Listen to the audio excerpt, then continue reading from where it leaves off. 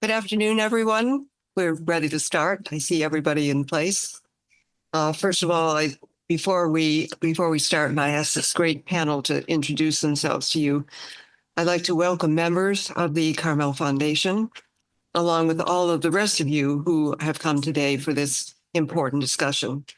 And while I'm at it, I want to thank the Carmel Foundation for the great venue they gave us, for the great help.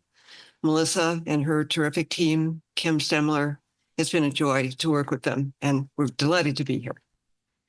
I'm Susan Meister. I'm a journalist and founder of the Monterey-based Media Literacy Coalition. If you have not gotten this handout, please get it on your way out.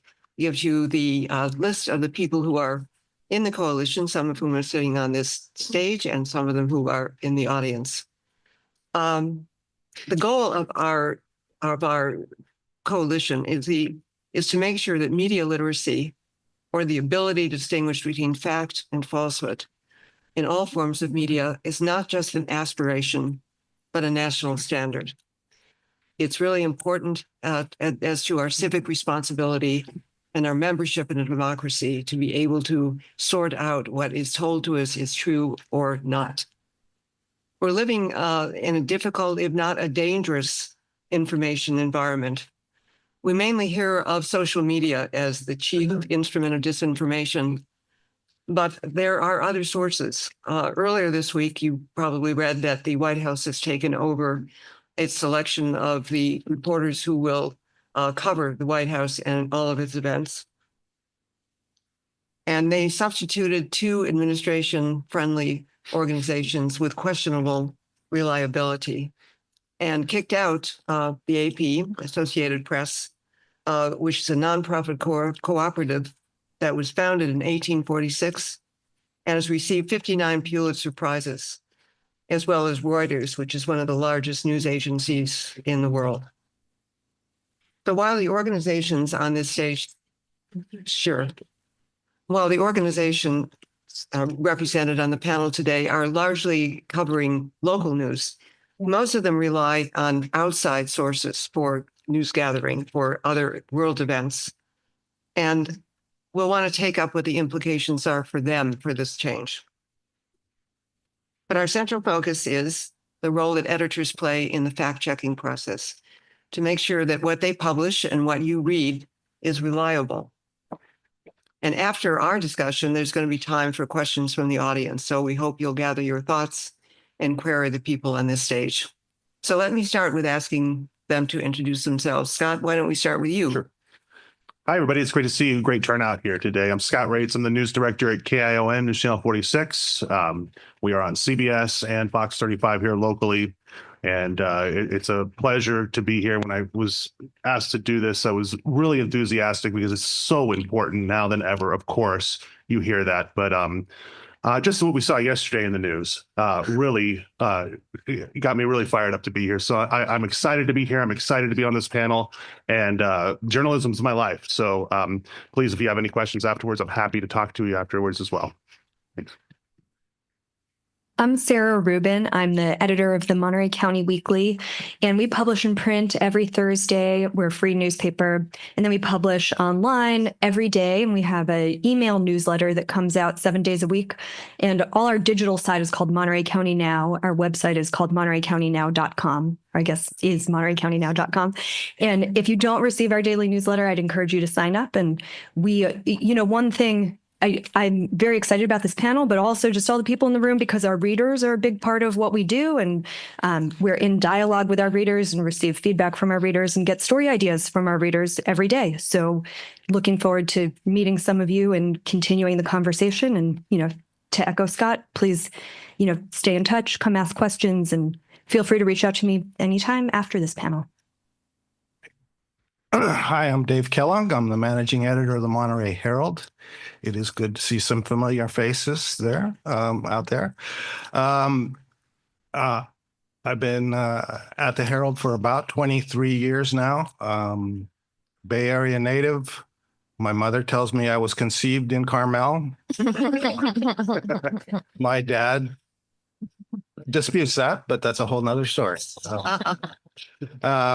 one of my a side gig I have is working with students at CSUMB. They are outside right now trying to find parking, I believe. Not used to Carmel at all. But the discussions I have with the students are a lot about verifying news, figuring out what's correct, what we can report, and what we can't report. So I'm looking forward to seeing their shining faces soon in the discussion today. Thank you. Yeah. Great. Hi, I'm Jim Boren. I'm the Executive Director of the Institute for Media and Public Trust at Fresno State, where we work on media literacy and related kinds of things. I'm a long-time journalist. I started in 1969. I was a journalist for almost 48 years before retiring in 2018 as the executive editor of the Fresno Bee. And I'm just delighted to be here. The Monterey Media Literacy Coalition is doing great work, and all of you need to support them and go to their programs. So thanks for having me. Thank you. Hi there, I'm Amy Mayer. I'm the news director at KAZU Public Radio. We serve Monterey, Santa Cruz, and San Benito counties. Thank you. And it sounds like a friendly bunch, which is great. I think of all of us on the panel, I am the newest to the area. I joined KAZU part-time in August and permanently in November. So I'm relatively recent arrival in the region, really excited to get to know it better and happy to be on the panel with all of you. Thanks. Thank you, all of you. Yes, let's give them a hand. So one of the things we want to talk about, of course, is how news organizations here do their fact checking and decide what copy is going to be designated for publication to be fact checked. So that's one of the questions we'll ask. And one of the reasons we wanted to vary the media in a way was to realize that fact checking for, say, a radio station is going to be different because they may be handling breaking news. They're going to be subject to a much tighter timeline than journalists might be who are in print publications. So that will give you an insight into how this is done from two different types of reporting. So I'm going to ask, I'm going to put Dave on the spot. Of course. Because he's sitting next to me. And ask you, Dave, what about your fact checking process? So do you submit everything that goes in your paper to fact checking, including the horoscope, or do you, or does everything go? Like a typical politician, I'm going to give you my answer that won't answer your question. Thank you. I'm used to that. I'll argue the premise that you came in with is that we have different deadlines. I think things have really changed in the print media because we've gone online. And Sarah can tell you, I don't know, has it been the last 10 years or so? We've really gone to, we want to push the news out there. So we're putting it on X, we're putting it on our websites right away, we're using push alerts.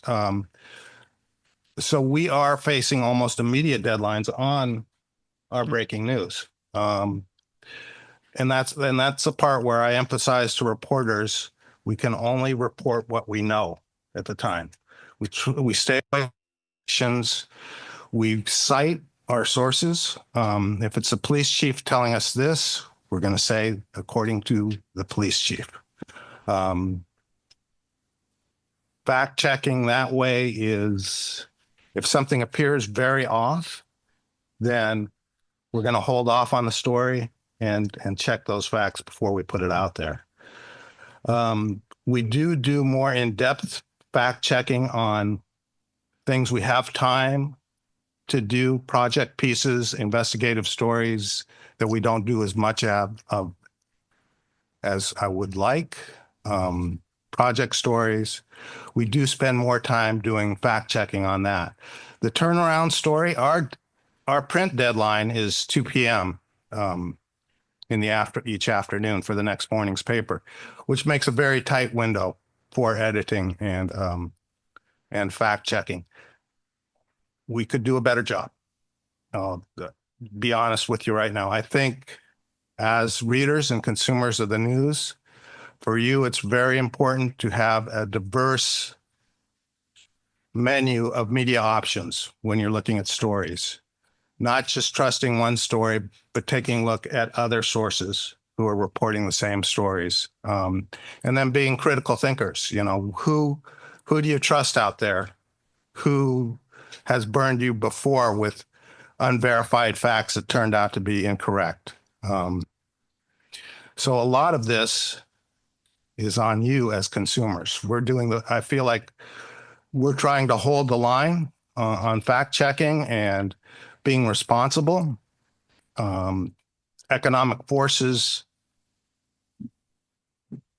sometimes cause us to have to compromise those things. And I'm talking about the changes in the news economy as we have fewer reporters, fewer editors, etc. The short answer, I guess, would be we focus on fact checking our bigger Sunday projects where we have time and we set aside time to do that. Yeah, and I'd like to know from our other reporter here, our other editor, Sarah, because you also are in the same dilemma. You've got the same processing issue to deal with, and you report every day too in your newsletter. Can you tell us a little more detail about how you manage this? So, but I will offer also that before I started at the Monterey County Weekly in 2010, I was an intern at the Atlantic magazine where they have staff fact checkers. And what an incredible position. And to spend time as a third party who's not been involved in a story, has not been reporting, doesn't have relationships with sources, is a third party who comes in, reads that story, and asks hard questions about every single word, every single data point, every single number. And we're in a little bit of a different situation than the Herald in that we've been really lucky, our independent newsroom, that we've actually grown in the past few years. We shrank it early in the pandemic, but then we have sized up and we now have a staff of 9 full-time people and 1 half-time person in our newsroom. That includes a newsletter writer and a photographer. Not everybody is responsible in the same way for reporting stories and writing stories, but generally, our process, although we don't have a designated fact checker, is that a writer will submit their first draft of their story to their editor. And before the editor will sign in that story to our design team to get laid out or flow it to our newsletter team to get laid out digitally, that the editor will ask questions about things that they might not know. Where did this come from? Are you sure about this? So they play the role of fact checker in that case. And they do have some more familiarity with the story. They assigned the story. They're not just swooping in like these Atlantic fact checkers who have no prior knowledge. So there is some working knowledge of the topic at hand, and they've probably been in contact with the writer throughout the process. So they have an expectation of, what did you expect to find and what did you find that was different or the same as what you thought you would learn along the way. So there is a dialogue going back and forth and some questions that get asked and answered generally in that first draft phase. So that's a really critical point of fact checking for us. And then the story gets laid out and then it goes through our copy editing process. And similarly, because although we've grown, it's still a small team, 10 total humans doing the entire journalistic endeavor that we do every day digitally and every week in print. So we don't have a copy editor either. We all share that responsibility. So then there's this additional layer where everybody is encouraged to copy edit each other's writing.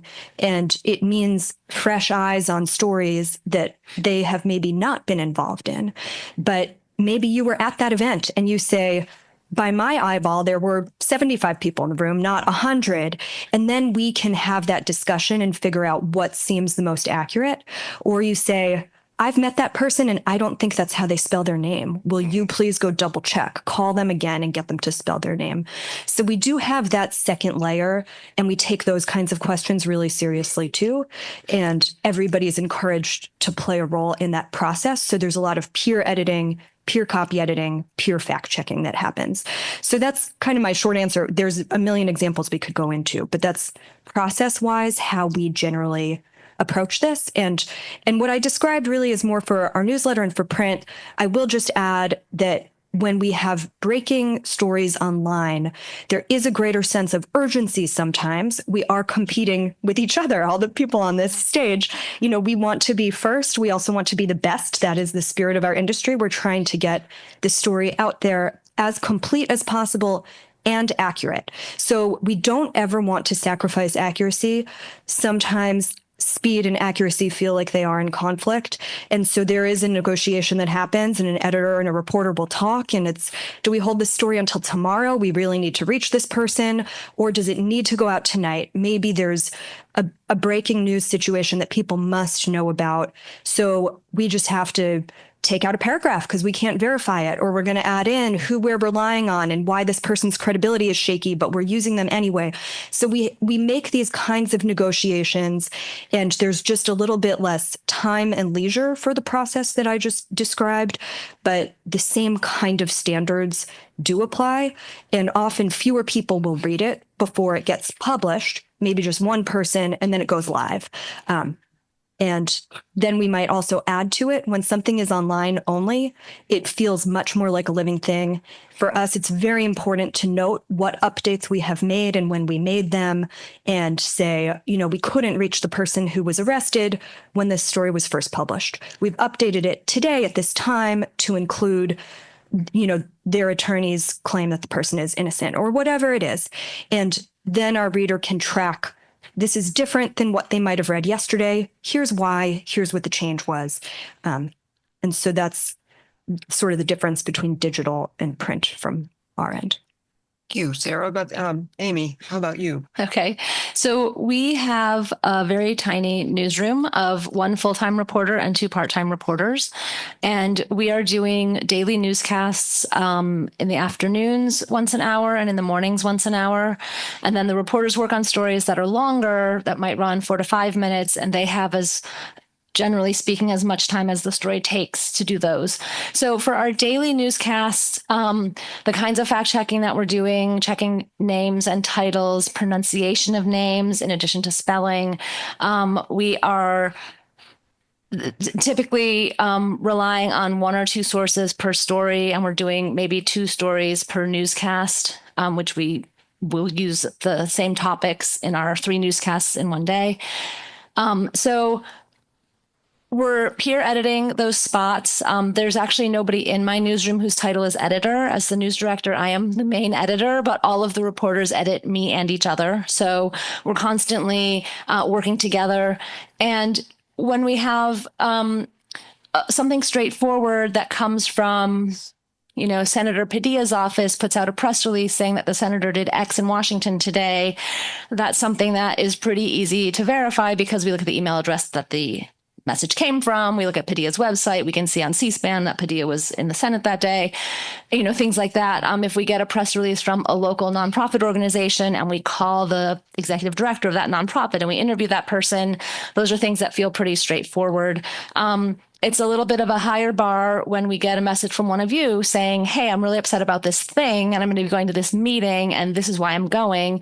And we will still call you. I mean, this is the kind of story we would do. We would call you and then we would want to know, like, what is your interest in this? What is your role here? And then we might do a quick, make a quick attempt to ensure that the person who sent us this tip is who they say they are, that they don't have a particular stake in the story that they neglected to tell us, that kind of thing.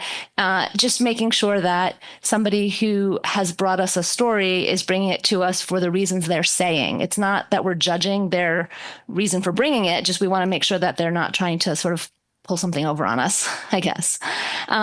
For longer stories where the reporter has done a lot more original reporting, then I might have somebody go back and listen to their tape and make sure that the way we have quoted the part of the tape that we want to use fully represents what the person means to say, because we're often, taking snippets out of an interview, and you can do that responsibly, which is always our intent, and you can do it irresponsibly, which happens a lot in the rest of the wider media landscape. Not anyone here. I'm talking about malicious actors pulling things and putting them on social media, right? Mm-hmm. So in those longer stories, we're spending more time talking about, have we done this in the way that we intended? When I come at it, having not listened to the whole interview, am I hearing what the person was actually saying?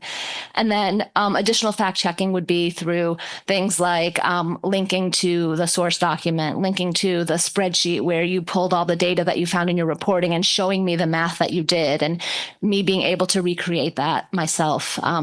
That kind of thing is, varies depending on what the story is, but we do try to make sure with our longer pieces that we've done a more diligent effort. Thank you. Jim, you're not a working journalist at the moment, but you run an institute and you have been an editor. Give us your insights, not only on fact checking, but also on the sources of information that you get and how you deal with them. Thank you.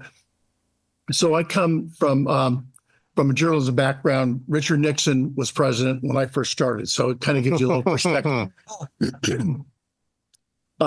That said, we talk a lot about fact-based journalism today.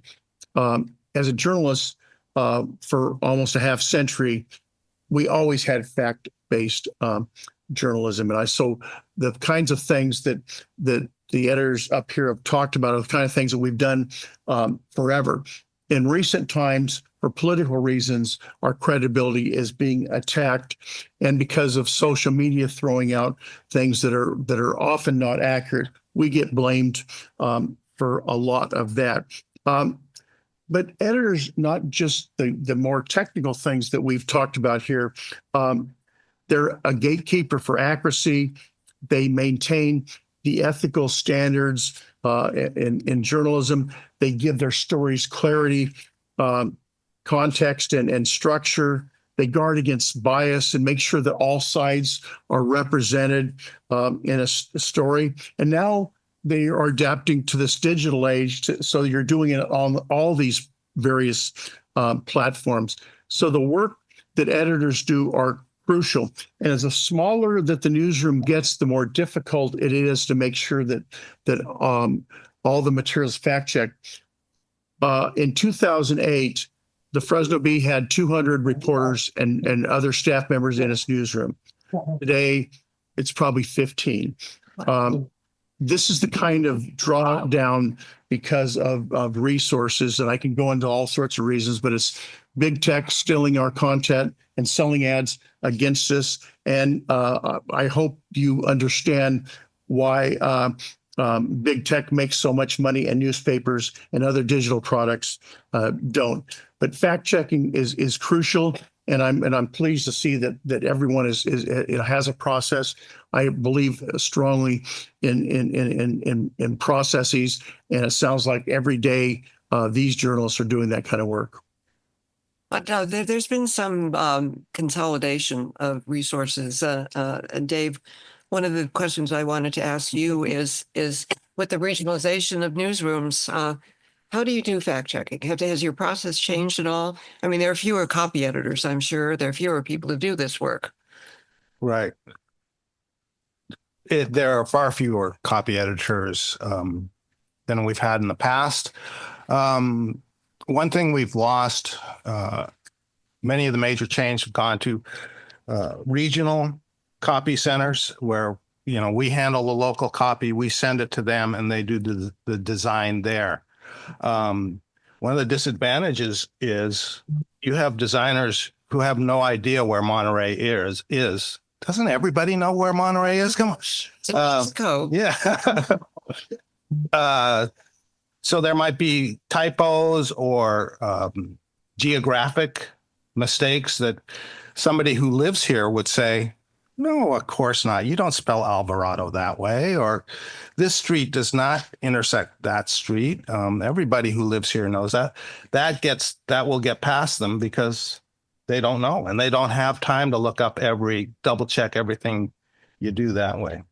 So, I mean, that's one way that consolidation has hurt. It does allow us to put out the paper much faster and more efficiently at a smaller cost. So that helps our business end. But this is one of the things we sacrifice by doing that. So you print something that's not true. Yeah. What do you do? Everybody should require that question. What happens when you publish something that's not correct? Well, Oh, go ahead, Sarah.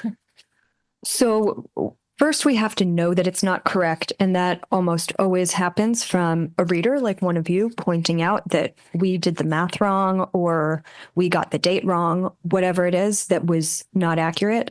And in that case, we immediately issue a correction online and follow the protocol that I described earlier, where we note the correction on the digital story so that it's clear to the reader what changed. And then if it's something recent that appeared in print, and it's more than a typo kind of change, then we'll also issue a correction in the print edition and note what we did wrong and then what it should have said. So for readers of the print edition, that they can track that too. And then our internal practice is also to go back, an editor and the reporter, and look at what the factual error is and figure out why we made that error and how it got through our system and what we did wrong to get it. And, one recent example I can think of was a math issue. And we redid the math and we figured out exactly what we did wrong and how we got 1,000 instead of 900. And we, three of us, including Eric Shalhoub, our associate editor, who's sitting back there, are not so trusting in our math skills. So it took 3 people to do this one math problem and fix it. And then when we referenced it again, we had the right number. So, and hopefully we know how to solve that particular kind of problem when it comes back around. That's our hope, is that we learn something from every time we make a mistake and we can avoid making that same mistake again. And mistakes do happen. That's the thing. It is, speed is not an excuse for sacrificing accuracy. It cannot be, but it is something that inevitably does happen when we are producing a lot of copy at a fast speed. And so it's important that we can revisit that and learn from that is the primary thing. Oh, Scott and Amy, has that ever happened to you? Go ahead, Scott. Sure. No, I mean, and it's a matter of, and I'd like to talk about the fact checking too, because I think that's really important. Yeah. But as far as something being published or something that we said on television that was not correct, we have to look at it and decide whether are we going to run this as a retraction? Are we going to do a correction? As a correction and a retraction, much different. So, it really depends on what the situation was. Knock on wood. Luckily, we haven't had to do that in the past year. I have had to issue retractions and corrections when we get something wrong. And I believe in full transparency, right? I mean, we're going to make mistakes. I have a newsroom full of young journalists who are learning, right? I have a newsroom with 24 souls in our newsroom. And for a TV news station in this market size, that's pretty small. They're going to make mistakes, but we do have a system in place. I have a managing editor, an assistant news director, executive producers who are checking work. And for the most part, we catch these things. And as far as fact checking is concerned, I think attribution and fact checking really different. When we're talking about the fire chief tells us this, and maybe the fire chief gives us some stats, right? It's our job at that point to fact check that fire chief and make sure that those stats are accurate and find it from 2 different sources. I don't want just one source. I want 2 different sources when we have time. Obviously, in a breaking news situation, it's a little bit different, right? We have to really take officials at their word, and we start that fact checking process, just like the Moss Landing power plant fire. We were wall to wall for hours, and we had to really press the county of Monterey to speak up. And once we started pressing them, an hour later is when they put the evacuations into place. But it's things like that where you can't speculate in breaking news ever. You talk about what you see, what you know, what you've been told, and who told you, and that's it. And then we start that fact checking process after that as it goes along. But no, all really important questions. And yes, if there's a mistake made, we're going to run a correction. If it's an egregious, really bad mistake, a litigious mistake, we're going to run a retraction. Right. So that's how it works.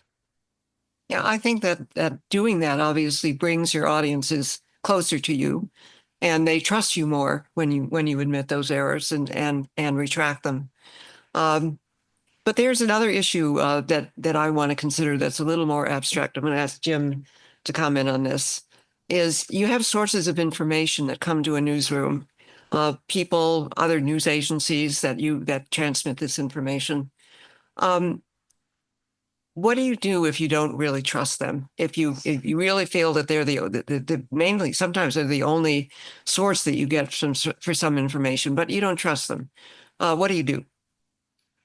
Well, I think you always have to trust the source. If you're going to put it in print or online or on the air, you need to trust that information, at least from the standpoint. That doesn't mean you have to like them, but you're going to verify that information. You're going to do it in several different ways.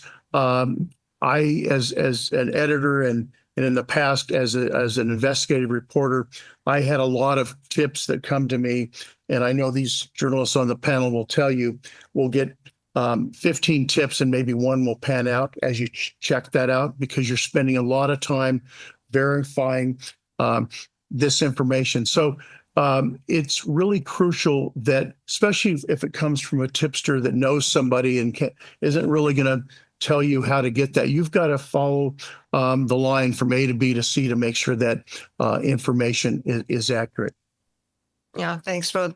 I know that's a problem because some of the sources that are in the air, so to speak, are not particularly reliable. So it's Right. And you can say anything on social media or some other place, right. and there's no fact checking on that. So as journalists, that's why we believe that we are the standard of fact-based journalism, because we check it out. Social media, they may be right or wrong, but it doesn't matter to them. They're trying to generate eyeballs.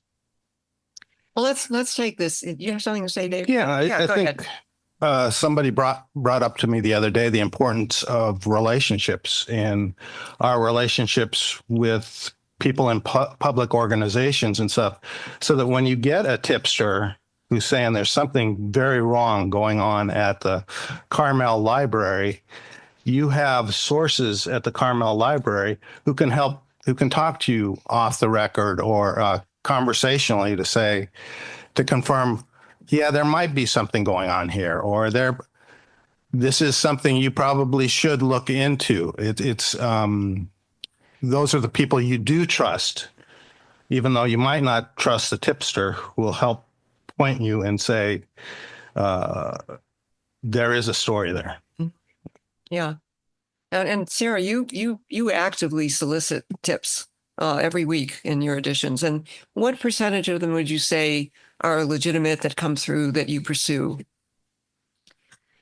Well, we at least pursue every tip that comes in that aligns with our goals. You know, if we get a tip about something in Kansas, we don't pursue it because we are a local newspaper and we're only interested in Monterey County stories. So that's really the parameter. But sometimes there's very little that comes in with an anonymous tip that we really can't follow it up. If it's just, somebody's screed and we don't see an obvious way to begin to try to prove it, then we don't have a lot to work with. But if somebody sends an anonymous letter that gives us enough information about what they claim happened in a government institution, and that then is subject to the California Public Records Act. In the case this week I'm thinking about, we got a letter in the mail, a hard copy, and worked with a reporter to craft a Public Records Act request to an agency. And we don't know if it's true. And it reads as if it's written by somebody who has an axe to grind. They are very angry about what allegedly happened, which might have happened. I have no insight currently into whether or not it did. And we've requested internal reports and or audits and or communications that might show us if it did happen as this person claims. And if we can find some breadcrumbs there that yes, there was an investigation and yes, there was some wrongdoing, then we will have the legs to do a story. But between the time that this person typed out this letter and put it in the mail and you might read a story in our newspaper, there's probably at least, in this case, I would guess 10 weeks. It's just going to be a slow process. But if we can't get any records this way, I don't have another way to follow up on this particular lead. So and maybe it's not true. Maybe it's something that they think they overheard, or they just have a personal beef with this person and they're trying to sow doubt. I don't know. I don't know who it is. So I'm sorry, I'm not giving you the details because I'm not comfortable sharing the details, but it's just the example that's top of mind for me right now. So not every tip becomes a story. It's really hard for me to give you a sense of what's the ratio.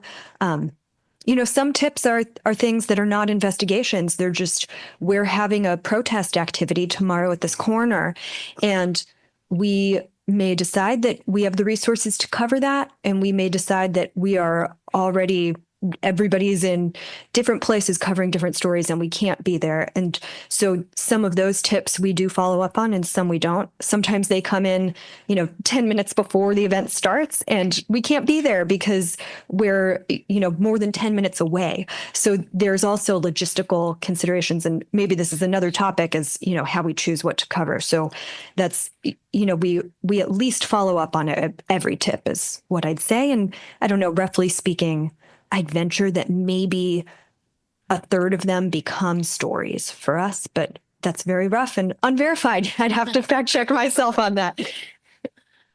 Well, what happens if you get information or rather content from a news agency? Say AP, you're going to publish something from AP, which is probably not a great example because they're known to be so reliable, but you get it from another news agency. Do you fact check that? How do you do that? Well, why don't I take that one? Because a lot of the content that you'll find on the KAZU website is NPR content. And a lot of the content that is on the NPR website might originate with AP or it might originate with a different member station. And if NPR pulls in a story from another member station, like from my newsroom, if they wanted to publish one of our stories on the NPR main website, they will do their own level of backstopping to make sure that we didn't have any mistakes. So if there's content that NPR has shared, I'm comfortable putting that on our site without us doing more. They have far more resources to put into it than we do. We have access to some additional content. We can use stories from Cal Matters, which is a nonprofit statewide newsroom based in Sacramento. We can take content from other NPR member stations if they are within the same web backend and if they give us permission to use a story. And in those situations, the main thing I'm considering is whether the story is something that's relevant for our audience, the geography that is going to come to us for news.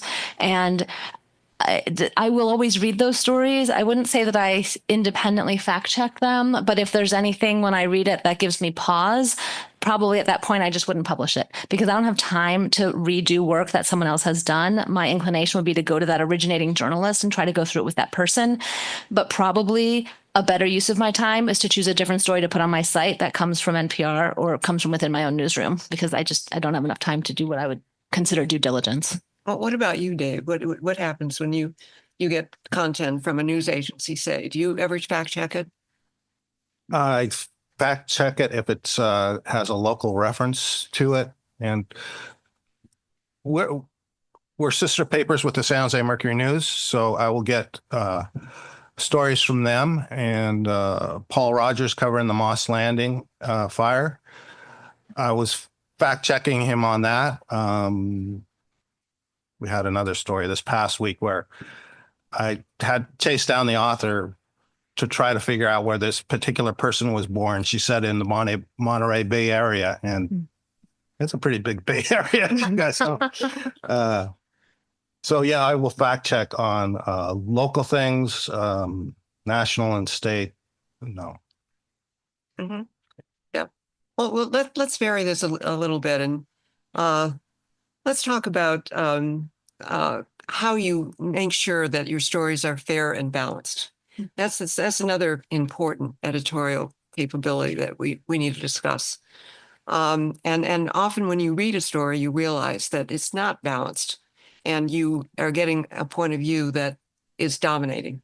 Mm-hmm. What do you do about that? I would say we strive to be fair. I don't know that we strive to be balanced because we seek to give each side a chance to speak, but we don't give them equal weight. If I have a scientist on one side saying this and my cousin Vinny on the other side saying this, I'm going to weigh much more into the scientists. I thought you were going to weigh in with cousin Vinny, but Yeah, I've had my days. yeah. Jim, how about commenting on that? Because you teach students to write stories, to do stories. How do you direct them in this? Well, and that's something we work on every day in our journalism classes. But we want them to get all points of view in a story. And we used to say both sides, but there's many sides to a story. So in the course of a story, what's relevant? If someone's making a charge, you obviously go to the other side to get a counter charge. If it's something about government, you might have government watchdogs, you might have government officials. So you try to get everybody's point of view. And then when you write that story, you want to write that story that gives a straightforward view of the issue as much as possible that we can as humans. And so the stories have to be readable. We don't want to go off on some tangent. And we're not a research paper. We want to keep you past the third paragraph. So we want you to keep reading. But we want all sides to be represented in a story. And we strive to do that every day. I think that's just one of the basic things. And as I listen to the folks in the panel, I know that they all do that. Sometimes there are times when the other side either refuses to comment, which then distorts it a little bit because their point of view is in there. Then they complain later that you didn't have our point of view when they didn't offer it. So you try to get that point of view as much as possible, but you're constrained to the people that will talk to you. I would say too, we run up against the time issue. We'll contact the other side, and this has happened to us. We'll contact the other side, and they will say, "Okay, what's your deadline? We're going to formulate a response to this." And my usual thing is, "Well, just tell me." But they do want to run it through people and stuff. And so if we have a breaking story up, and I don't know about you guys, Sarah, is we just say, could not immediately comment on this situation, with the idea we're going to get their comment later. We want to be fair that way, and we're going to give them their shot. But there's news out there. Sometimes it's more important to put it out there than wait for them to formulate the picture perfect comment for it. Yeah, Scott, do you have any comment on this? Yeah, I think this is more important now than it ever has been in the history of journalism. And it starts with strong editorial conversations in your newsroom every morning during your editorial process, and listening to all viewpoints from your journalists in your newsroom. And really, as an editor, as a managing editor, and as a news director, listening to those viewpoints and making sure that all of those viewpoints are represented in the story. And I won't run a story if we can't get the other side. Breaking news is completely different. And I think a lot of times there's not a perception of bias in breaking news. It's just, here's what's going on. But we can even run a story that is balanced across and fair across the board. But there's going to be a perception out there these days that no, that's still a biased story just because it's the media putting it out there. And that is tough to combat right now. That is very difficult. And that is we just had this conversation in our newsroom yesterday during the editorial process. And we're talking about how do we combat that? There's no easy answer right now. There's just not. And the best thing that we can do is make sure that we are fact driven, that we're representing all sides, and that we are waiting to publish some of these stories, the ones that are not urgent, not life threatening, like the Moss Landing power plant fire. I keep bringing that up again, but that's going to go immediately. But holding these stories until we can get all sides represented. And I would rather, typically in TV news, you run a minute 15, a minute 30 package. I don't feel like that's enough anymore. And some of our stories now will go 4 minutes. And I'm okay with that. As long as we're getting all sides and we're putting the numbers in there, I'm okay with that. And I'm okay with taking some time on that. So it's a daily conversation that has to happen with your journalists in your newsroom.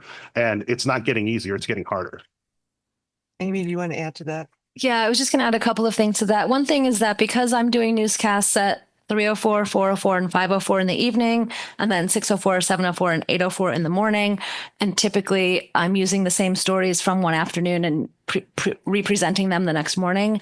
If I have a story that I'm airing at 3:04 and we hear from an additional source after the deadline for that newscast, I can sometimes squeeze in that other source at the later newscast. Makes the host crazy. It's really not ideal listening, but it gets the information out there. So instead of saying this person didn't respond in time for broadcast, I'll be able to start the next newscast with, we brought you this story and we have this update from this, again, breaking news situations are a little bit different. And in a truly life-threatening breaking news situation, I probably have more flexibility than almost anyone else on the panel in terms of the broadcast airwaves. All of us can update our websites whenever we want, pretty much, but we can break into our programming. And so I'm not a huge advocate of that because it's too hard to get it right and it's too easy to get it wrong. And these situations are constantly changing. But I have that 04 news slot when I'm putting something in. And if something really urgent were to happen before the following hour, I could squeeze something in at 30 or 42. I have some little interstitial, we call them, opportunities, which in the case of, say, evacuation has gone from a warning to an order, we would get that in within the hour.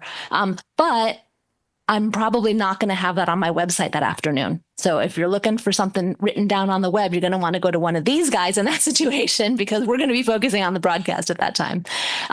But we also are much more likely to be meticulously searching for multiple viewpoints in our longer stories that we're spending more time on. And in our daily stuff that we're turning out usually within a couple hours, those are often single source stories, which is not gold standard journalism, but it is urgent and it gets out there to people quickly. I do just want to add to that because our standard is that there are at least 3 sources per story. And there are instances of that where that doesn't happen. And I think, as Scott was saying, breaking news is kind of a different animal. If you've got a story that evacuation orders are issued for this neighborhood where it might be flooding, you probably have not verified that it's actually flooding. You haven't had a reporter out there. You might be relying just on a sheriff's deputy updating you on the expanded perimeter of that area. And maybe they're wrong, but you will only find that out later. So I do think those sorts of breaking stories we treat a little bit differently. But generally, the guideline we have on this question of, what is fair is to apply scrutiny to every source for a story, and especially the original source who might have a tip. Or maybe that person is anonymous and they just float that tip your way, and then it's up to you to go find the people who can corroborate it. And every single person that the reporter speaks to, you've got to ask how they know what they know and what they stand to gain from a certain story being shared out there. Who else might know what they know? And then if the only people who can corroborate the same story are a bunch of friends who have coffee together every morning, it's like, well, they all told each other the same story. So this is basically one source. Even if you spoke to 3 people, they don't really count as 3 sources. And maybe they can produce documents for you that corroborate some of what they said. That is incredibly helpful because then it's not just what they interpreted or what they remembered. It is a piece of paper that begins to show and corroborate the way they've interpreted a situation and shared it with you. And then what's so helpful in, some of the most simple stories where there is kind of a protagonist-antagonist relationship is if somebody who, they perceive as the antagonist, somebody from that institution might talk to you and just say, here's my version of this story, and here's what they've misinterpreted, and here's how I understand it. Here's what they're getting wrong that you should know about before you decide if you even have a story, and that the reporter needs to engage really deeply with that dialogue to decide, is there a story? Was something misinterpreted along the way? And then maybe you go look back at the original source document and you realize this is legit and there's no argument against it. And so this is a story, we're going to run with it. So those are the kinds of things that we talk about and decide often very far upstream before we're even writing a story, editing a story, but just, is it a story is one of those questions where a lot of this is taking place. So many times too, those sources will have an agenda of their own. And the thing that is very important is to be able to decipher that agenda, understand what that agenda is, and then like 3 sources too. That's the same thing in my newsroom with 3 sources. So check with other sources to see if their agenda kind of matches up. But it's really tough because a lot of times they're really passionate about something and that agenda could be misleading. So it's a process. I just want to add one more thing because it's something that I think has changed over the course of my 25-ish years in journalism, which is I think we now probably across all of our newsrooms are much more careful to not discount the person who is less powerful in the storytelling. So I think it used to be that if the sheriff told you this, or if the police chief told you this, or if the principal of the high school who's been in the community for 30 years told you this, it somehow felt more reliable than if the 3 students who are juniors this year told you the story, or if the person who's gotten 85 parking tickets in the past 3 months told you the story, or whatever it is, right? And so what we're trying to do is not overly trust people because of their title or their position of power, and not unfairly discount people who are less empowered, maybe scared to talk to the media, or maybe more difficult to engage with, more difficult to fact check, more difficult to understand, perhaps, if there's maybe a communication barrier. So it doesn't mean that I don't apply the same rigor. I think what it means is that we're applying that rigor to the powerful as well as the less powerful, right? And even though I did start out by saying that, like, if I get something from Senator Padilla's office, I feel like that's a more reliable source than if I get something that comes in over the transom. But nonetheless, I want those things coming in over the transom, and I want to talk to those people. And I also want to make sure that Padilla's office isn't feeding me something that is above and beyond what Padilla is saying publicly or what is appropriate for me to be sharing. And Padilla has an agenda too. And I was just Exactly. Yeah. I was just going to add it because Amy made a real point about the power and the power dynamic and the less powerful. The other thing is you're always looking for documents, because documents will tell you a lot. You know, as my kids tell me, I've got the receipts. So, you know, that's important. But those documents, you might be saying a person says something, but maybe in a sworn testimony, they said something else. And you go back to them and how do you square that up? So that reporting is really crucial. Documents are a big part of it. Yeah, I think you have the impression at this point that everybody in this discussion are really working hard to make sure that what you get is real. And they really exhaust all their resources to make sure that what they provide you is credible and helpful. And I don't think that's necessarily known for people who are consumers of news, at how it gets made and what effort it takes to make. So in the last few minutes, I'm going to, go over to the dark side. And I'm going to ask the panel what they think the role of AI is going to be in their jobs, including fact checking. And I'm sure everybody's got that on their mind. So, okay, Dave, I'm going to start with you. It's a coming. It's we saw it on the horizon a year ago or so, and probably before that. It can, from what I've seen, it can do routine tasks. The important thing we have to remember is not to take the human element out of it. That AI should also always have a human editor in it. AI should always have a human double checking after it. Last summer, I was playing with AI and had it write a story about my granddaughter. And my granddaughter is even greater than I thought, because it had a whole lot of, they call it, is it illusion? Hallucination. Hallucinations about her. So we need to keep that human element in. At the same time, as I said, we're facing, it could reduce jobs in our industry. I tell the students we have to learn how to use it for good and not evil. It is a tool, and as such, we're going to need to learn how to use it and keep control of it. Yeah. Jim. Yeah, I'll give you an example. ChatGPT, everybody familiar with that? I put in a prompt. I wanted to write a little story about me, and it was a very nice and positive story. And then I wonder why. yeah, and then it said, Hallucinations. but unfortunately, in March of 2018, Mr. Boren passed away. That's the story. So unless I'm coming here in your zombie form, you've got to check out what it shows. The other thing is we got to keep an eye. We talk about AI like it's really a bad thing. AI goes across everything that we do, including in health. And I just read a story about how effective it is to figure out, identify false positive and mammograms and all the stuff around that. So there's really good things in AI. When the information is going to somehow manipulate some folks, then that's an issue. So I believe strongly that we take in the new technology, and AI is part of that, but just be careful.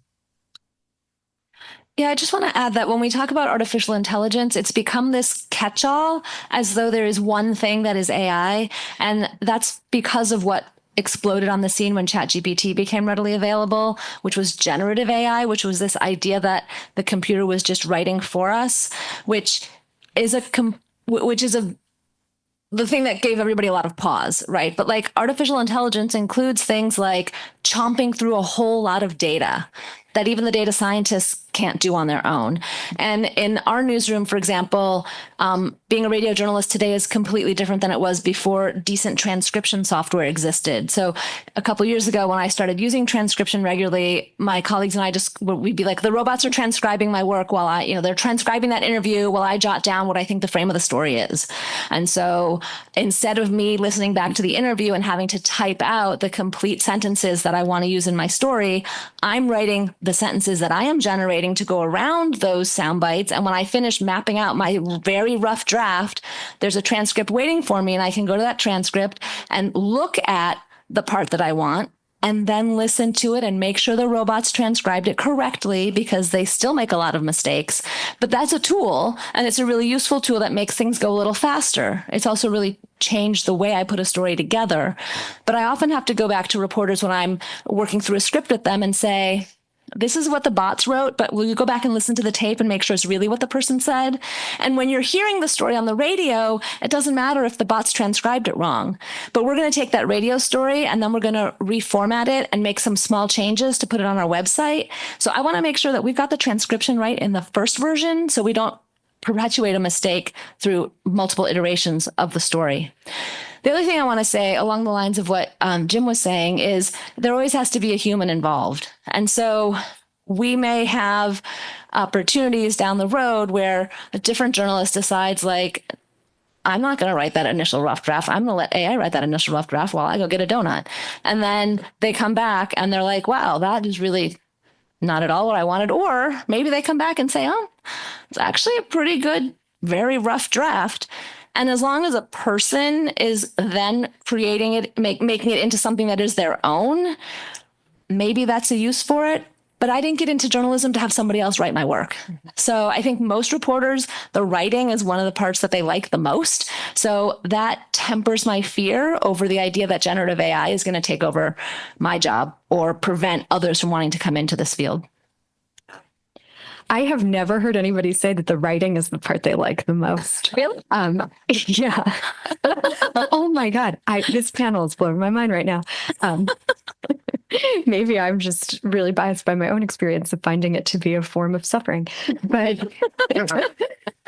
and yet I love it. So it's complicated, but I will just echo the experience that we have with AI is very similar to some of what Amy just mentioned, that some of our staff really like to record their interviews and then they use transcription AI software to produce a written version of that interview. And it enables them to then, do a quick search for the quote that they're looking for, revisit the part about, that source's early childhood or whatever they need. And it's really accessible and they can copy and paste the quote.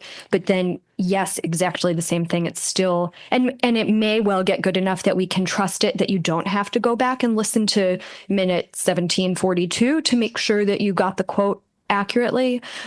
Right now, you do still have to do that because it's often not getting all the words. The sentence is a little funky. So we do that additional step. If it gets good enough that we could trust it, I don't think we would need to do that step. The software is not there yet as far as I can see.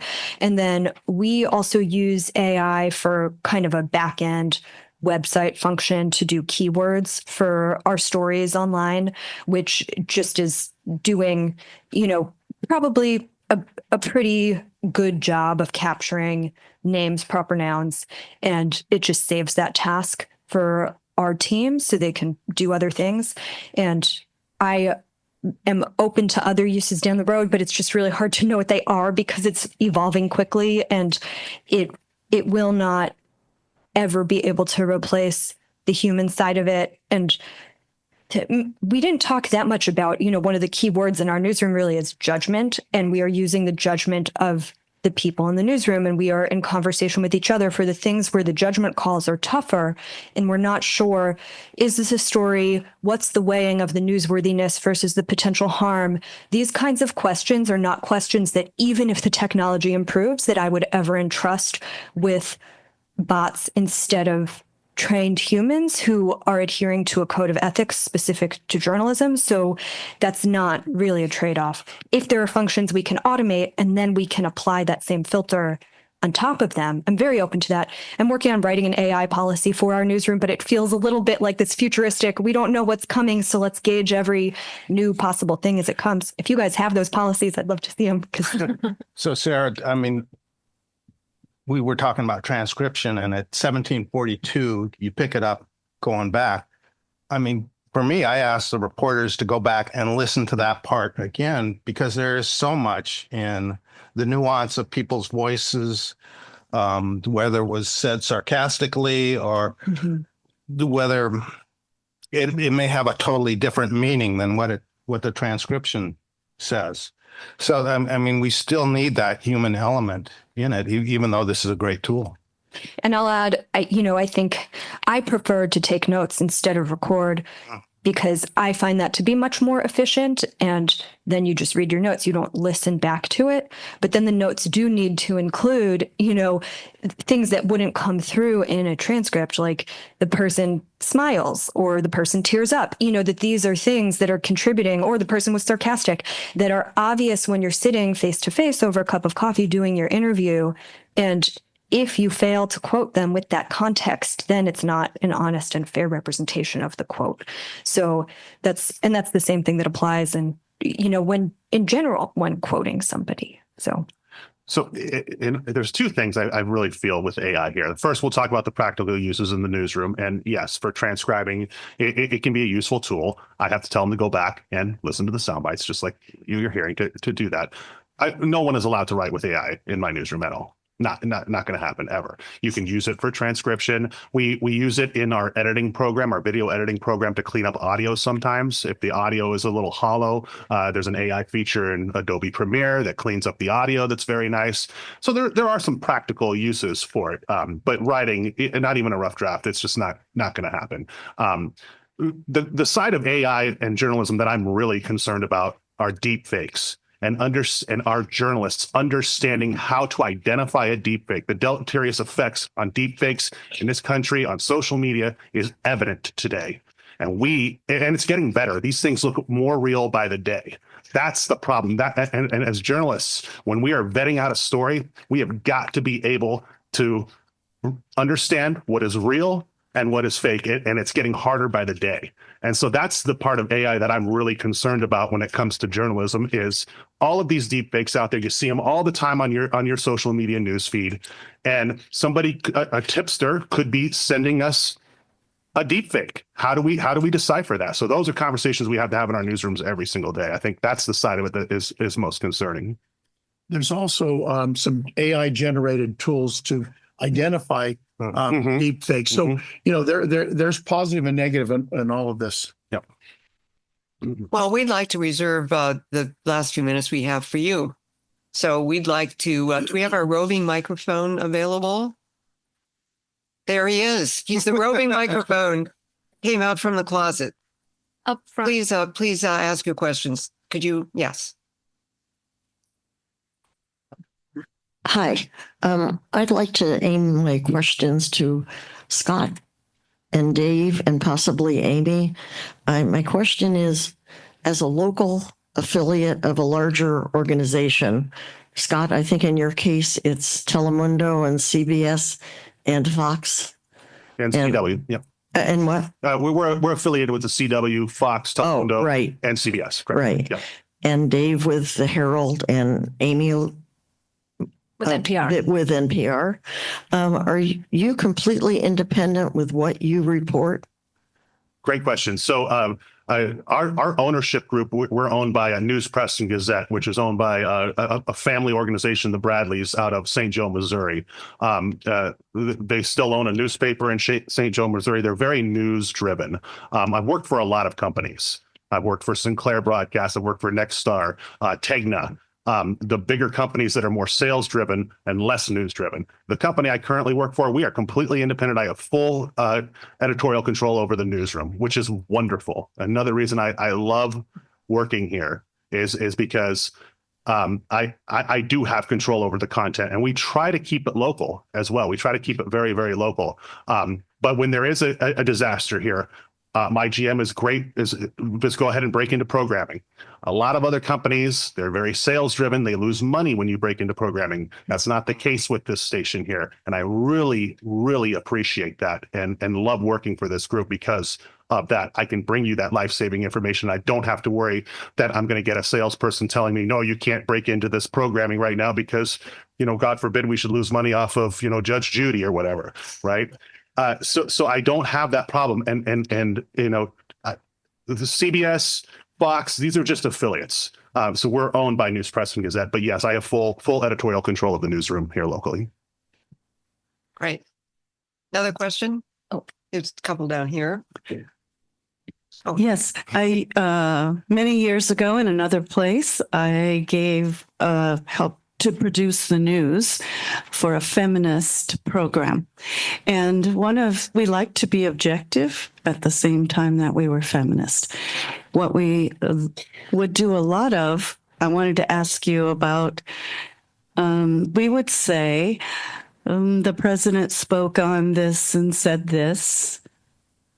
He did not address this issue. He did not speak about women in that issue. By saying he did not, what he did not do, is that being fair and equal, or is it not?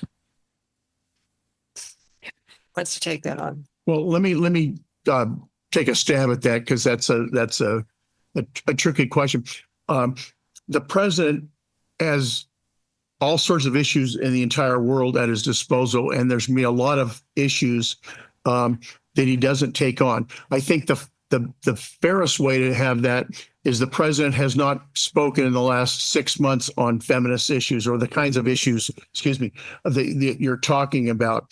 So it's how you frame the way that you ask that question.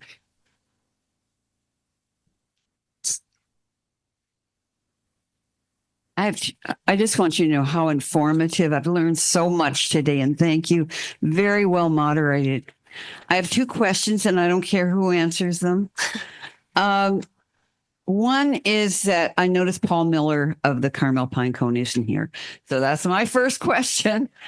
I think I know the answer. But anyway, I'll listen to your answer too. And the second question is, I know that the Monterey County, I've lived here a long time. I know how people voted in the last presidential election. And I know that quite a few in this room did not vote for our present president. Okay, I'm pretty sure of that.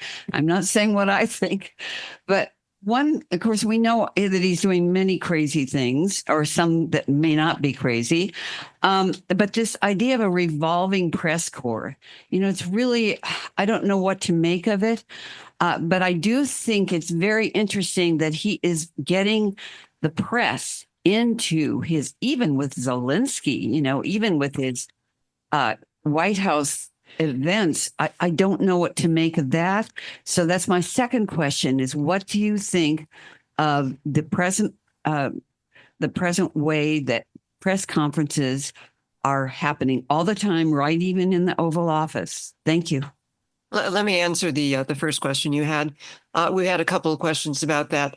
As you can see, there's limited time for people to be able to respond on a panel. It's difficult to get a very large panel unless you have a lot of time. There was no bias in how this was selected. This was my choice.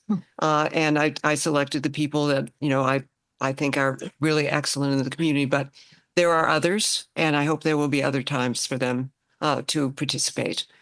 To answer the second question. Let me take that because I've been thinking a lot about the press pool that is now not chosen by the White House Correspondents Association, but by the press office of President Trump. I think that we knew what we were getting in President Trump. We knew this back from his first term. The press are the enemy of the people. That kind of language. He sees a group of the press as a group that must be punished, and he believes his base, and he's probably correct, appreciates that point of view. So he excludes the Associated Press from the White House briefings because they still say the Gulf of Mexico in their style book and not the Gulf of America. The kinds of things that he does. I think this week has been a troubling turning point for me. The idea that he's going to punish traditional journalists who ask tough questions, and the problem is that you're only going to get one point of view when you don't have a lot of people challenging. Now, I also think in previous in Democratic presidents, maybe some of the journalists weren't as tough as they ought to be on those folks. So we want to have a free exchange of ideas, and we want all media to be able to have an opportunity to ask tough questions of the president, as we know that the press pool has to be relatively small if you're traveling on Air Force One or something. I think if you've seen the White House briefing room, there's 49 seats in the briefing room. I think they can get 120 in around the room. That's still a small number of all the people that probably want to get in there. And so the White House Correspondents Association traditionally has chosen the people that they're going to get that credential and be involved. Now the president's office is going to do that, and you can see the challenges that chart makes. I just want to add a little bit more to that, but I'm glad that you laid out sort of how it works. This concept of the press pool, often there are things when there are even fewer people, like on Air Force One, and the pooling comes where a person is designated from one of the media outlets to share what they get. And so, like, for example, at times I have been on email threads. I've not worked literally for NPR, the mothership, but I have sometimes been, because of stations I was working at, involved in threads that were like, here's the pool feed from, if an NPR reporter was the pool reporter, they're capturing everything that happens on a particular day. They're sharing it with everyone at NPR, but then they are obligated to share it with the other organizations who were not like on the plane that day. And so there will be a higher bar for that sharing among the more traditional mainstream media outlets if fewer of them are part of that pool rotation.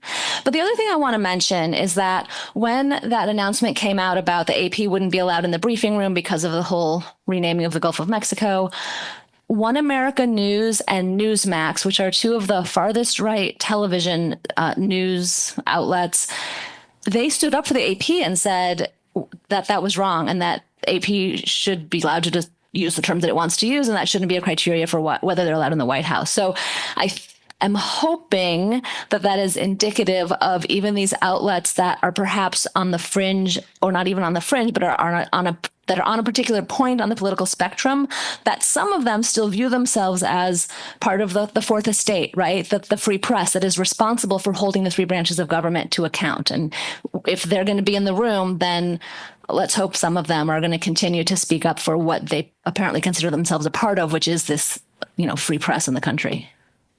Thanks. We go. I wanted to first make a comment and then a question. This was such an impressive and informative panel.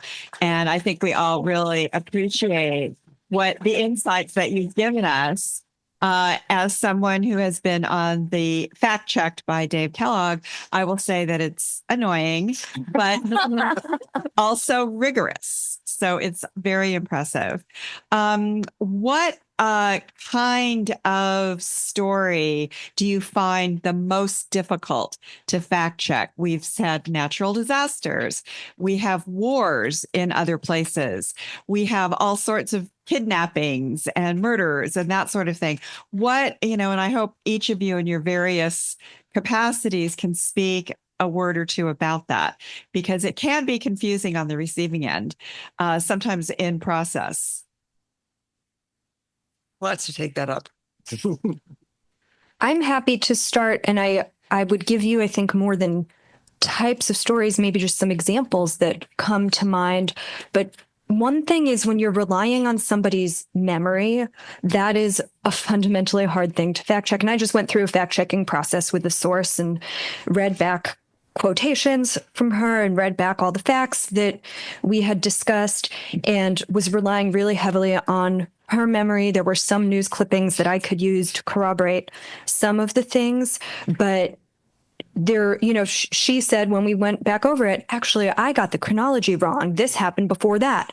And I don't know which one is true. I went with on second pass when she said, I was wrong. B happened before A, not how you originally had it, as I originally told you in our interview.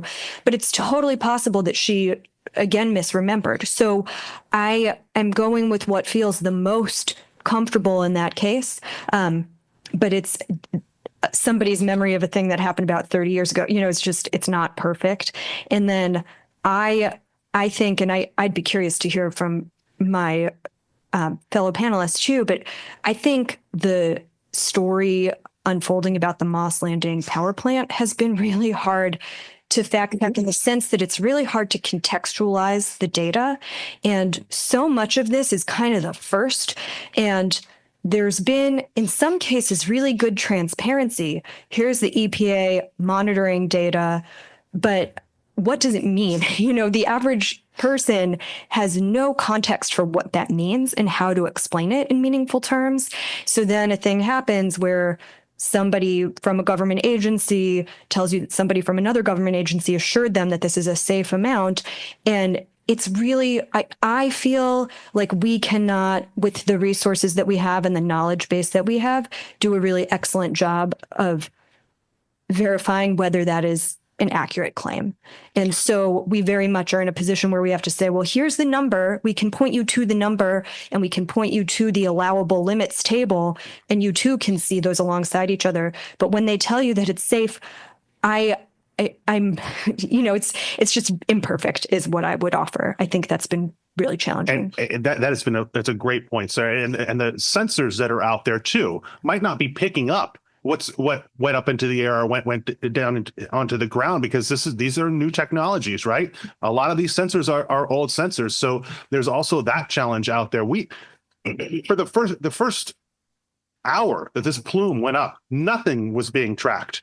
And with lithium ion batteries, the first hour that you have a smoke plume is the most toxic. That was never measured. And we're never going to know what the impacts of that first hour were to people out there. So yes, a story like this is very, very hard to fact check. And we've been meticulously going through it and looking at all of the numbers. And then, what do those numbers ultimately mean in the long run, 5, 10, 15 years from now, to the crops, to the people who were out there, who inhaled that stuff? It's a challenging story, but it's one we can't lose track of. And it's going to be with us for a long time. And I think that we're all figuring out what are the questions that our listeners, readers, viewers are asking, and what are the questions that the scientists don't know the answers to, and how are they going to ask them? How are they going to investigate them? And then the other piece that I'm sure all of you have also run up against is Vistra isn't making anybody or anything available. So there's a lot that we don't know about what safety systems existed, what standards were those systems built. It's a really hard one to fact check. And I will just one more little anecdote, which is that the full-time reporter in my newsroom just filed a story for the NPR national broadcast on the health concerns raised by residents in the community about the Moss Landing fire.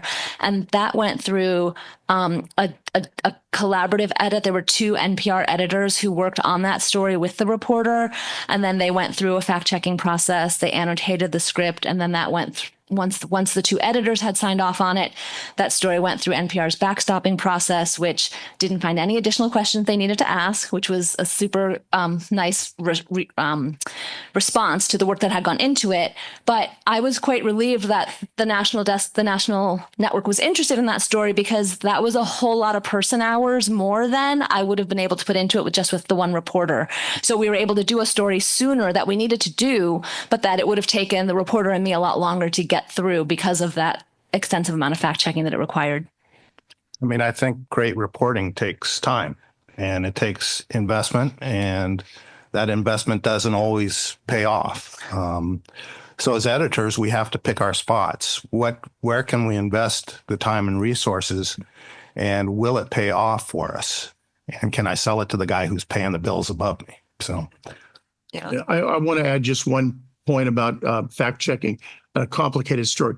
You know, the COVID story was a huge one that was complicated because it became a political story, not just a health story or a science story.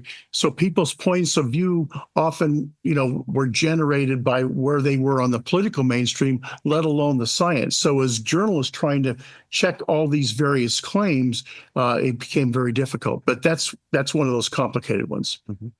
We have time for another couple of questions. Good afternoon, Lyndon Tarver for the Monterey County branch of NACP. I want to follow back on a story we ran September 2024 about the NACP. And that was a misinformation story because you didn't fact check the NACP, but you ran the story with the Monterey County Weekly and also I think in the Herald. Mr. Ben Jellis was never invited to be our guest speaker for 2024. He was invited in 2023. I think he conflated the dates and the numbers.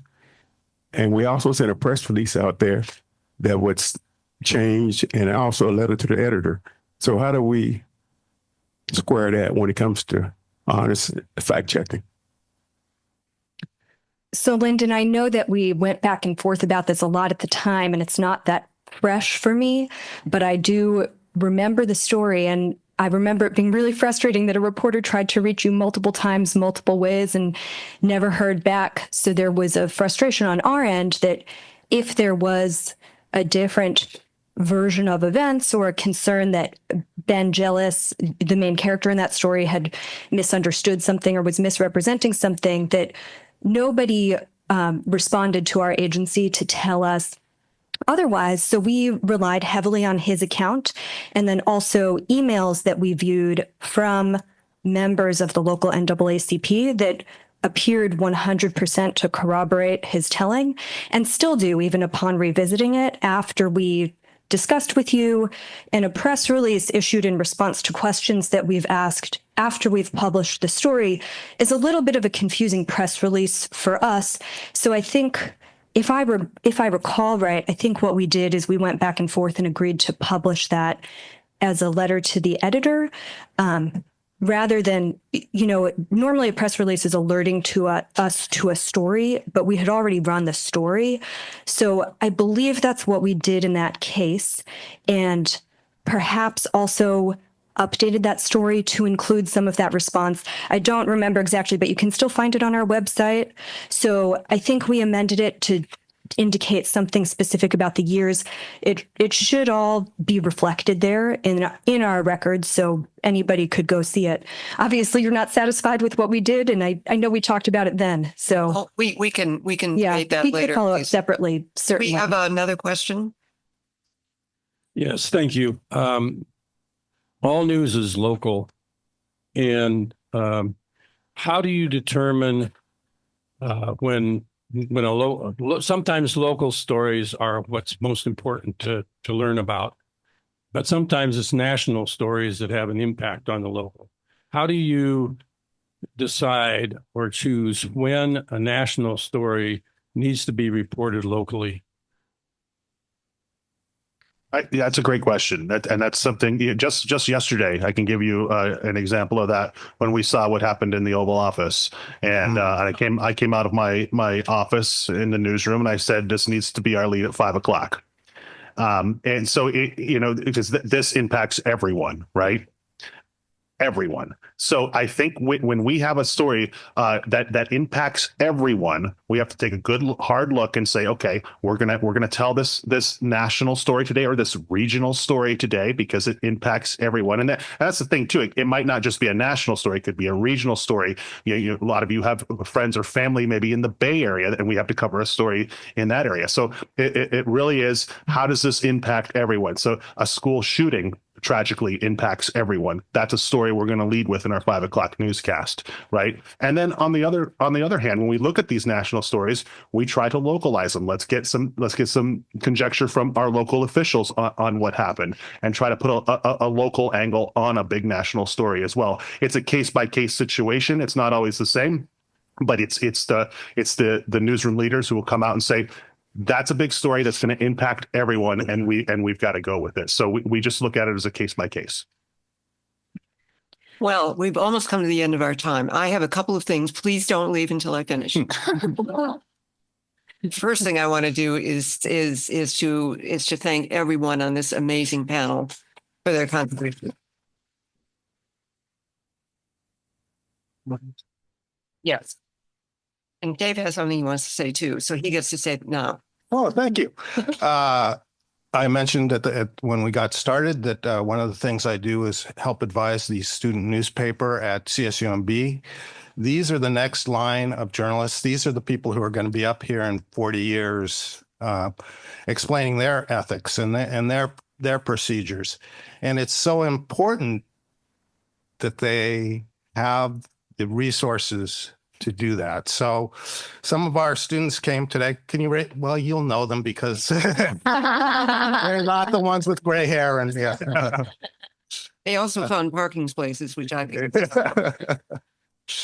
But if you would like to donate to the program we have a fledgling program, about 15, 20 students who just want to learn how to do journalism at CSUMB. So you can talk to me afterwards or email me at dkellogg@Monterey Herald if you'd like to donate or help out. Thank you. They're brave to go into this profession at this point. Okay. So if all of you got this handout, I'd like you to take one away with you. If you have not signed in, we'd like you to, because we have great stuff on our website. We have the resources for you to learn how to be responsible media consumers. And we'd like everybody who's come today to understand how important it is for citizenship to be literate from a media point of view. We also have another great event coming up on April 3rd. The Carmel Public Library Foundation is sponsoring a speaker. His name is Professor Jevin West. He's going to be speaking on media literacy in the age of disinformation. He is an absolutely great speaker. The tickets are free, but you need to go on the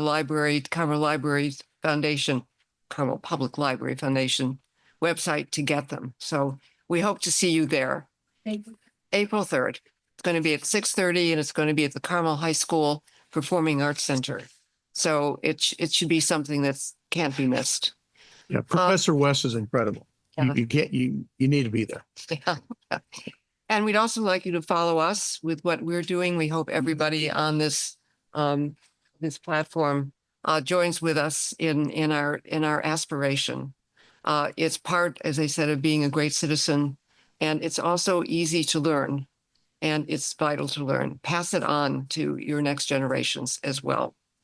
And last, I would really like to thank the Carmel Foundation for offering this great venue today and the great resources we have here. Here's our executive director who's here probably to say something. If that's okay. Oh, yes, please do. Are you done? Yeah. Yes, I'm done. I got it. Okay. Thank you. I want to thank you for it was remarkable, wasn't it? And so the Carmel Foundation, when Susan first brought this to us, I said, this has to be apolitical. And there's always a little fear going into something like this that it would go south or north or east, west, one of the directions. And I am just so honored that you handled this so well. So thank you, thank you, thank you. I appreciate you all so much. I appreciate all of your, except Jim, we've never worked together, but everybody else I've worked, maybe not with you, but with your organizations through, decades. And you are true community partners. And we could not do the work, the community work that needs to be done without these partners. So thank you so much. I also just want to say, how many of you are members of the Carmel Foundation? Yay. If you're under 55, you can't be. I'm really sorry. You can come in. But if you're not and you would like to go for a tour, I would love to welcome you. We're happy to take you on a tour and tell you what we do. We do awesome stuff like this. And also at the back of the room is our latest newsletter with everything we're serving in our dining hall for the month and all of the workshops we're offering. So thank you very much again. Come back and visit Maria. Think that you offer, we offer, you don't have to be a member. So don't be afraid to call and ask. That's true. Wednesday afternoon programs and Saturday programs like this, you don't have to be a member. Good. Thank you. Have a great Saturday. Thank you all.